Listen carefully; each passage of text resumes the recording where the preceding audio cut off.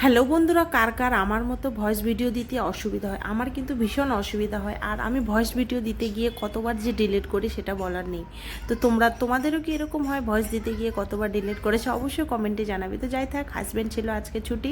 তো ছুটি থাকলে আমাদের খুব খুশি।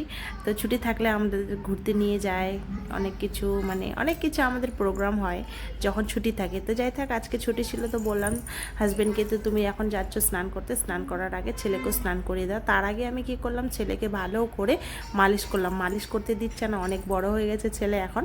তো তার জন্য তাকে কান্না করিয়ে করে তাও একটু ভালো করে মালিশ করলাম। মালিশ করা বাচ্চাদের জন্য খুব ভালো, তোমরা তো সকলেই জানো, তাই না বন্ধুরা?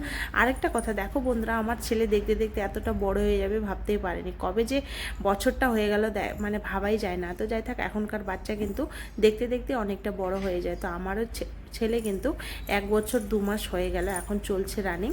তো আমি এদিকে ছেলে হাজব্যান্ড স্নান হয়ে গেল, আমি চললাম লাঞ্চের জন্য প্রস্তুতি করতে। তো আজকে লাঞ্চে থাকবে সয়াবিন কষা কষা করে, আর থাকবে মশলা পাঁপড়, দই আর স্যালাড। তো এখন তো জানোই বন্ধুরা কেমন গ্যাসের সমস্যা।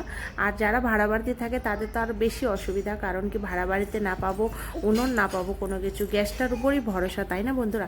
আর যাদের একটা গ্যাস আছে তাদের তো আরও সমস্যা। আমার একটাই গ্যাস, একটা শেষ হয়ে গেলে আমার রান্না বন্ধ হয়ে থাকবে, তাই না?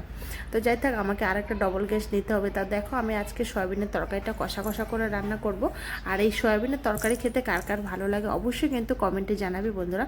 তো ফাইনালি আমার কিন্তু রান্না কমপ্লিট। রান্না করার পর আমি অ্যাপেল খেতে বসে পড়লাম। তো টাটা বন্ধুরা।